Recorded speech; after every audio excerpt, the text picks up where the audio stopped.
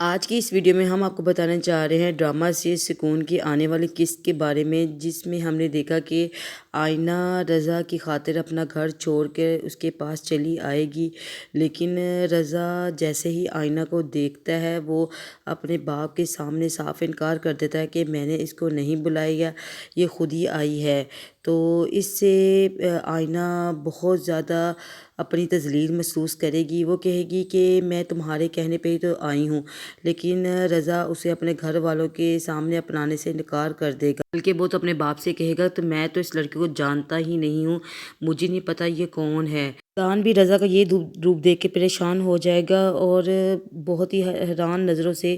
رضا کو دیکھے گا۔ رضا کے گھر سے رسوا ہو کے آئینہ دوبارہ اپنے گھر آئے گی، جہاں پہ اس کو بہت زیادہ پریشانی کا سامنا تب کرنا پڑے گا۔ عثمان جب آئینہ سے ملنے آتا ہے تو دیکھتا ہے کہ آئینہ گھر پہ ہوتی ہی نہیں ہے، تو عثمان اپنے ماں باپ کو بھی بلا لیتا ہے اور کہتا ہے کہ آئینہ گھر سے بھاگ گئی ہے۔ تو اس میں مومانی کا اور آئمہ کا ہاتھ ہے۔ محمود صاحب اسی پریشانی میں اپنی بیوی اور بیٹی سے پوچھ گچھ کریں گے تو آئینہ ہمدان کے ساتھ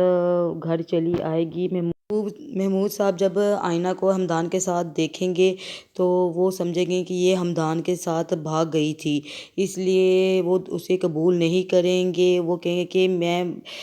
جس بیٹی نے میری عزت کی پرواہ نہیں کی اور میری عزت کی دھجیاں اڑا دیں، تو میں اب اسے اپنے گھر نہیں رکھ سکتا، جس کے ساتھ گئی تھی اب اس کے ساتھ ہی واپس چلی جاؤ۔ تو یہاں پہ ہم دیکھیں گے کہ ڈرامے میں بہت بڑا ٹویسٹ یہ آنے والا ہے کہ جہاں عثمان کی شادی آئینہ سے ہونے والی تھی، لیکن آئمہ کو اپنی ماں کا گھر بچانے کے لیے عثمان جیسے بد دماغ لڑکے سے شادی کرنی پڑے گی، تاکہ کہیں میرا باپ میری ماں کو گھر سے نہ نکال دے۔ کہ آئینہ کی وجہ سے پہلے ہی یہ لوگ بہت زیادہ رسوا ہو چکے ہوں گے خاندان میں۔ میں اپنے باپ کو اسی بدنامی سے بچانے کے لیے عثمان جیسے بد دماغ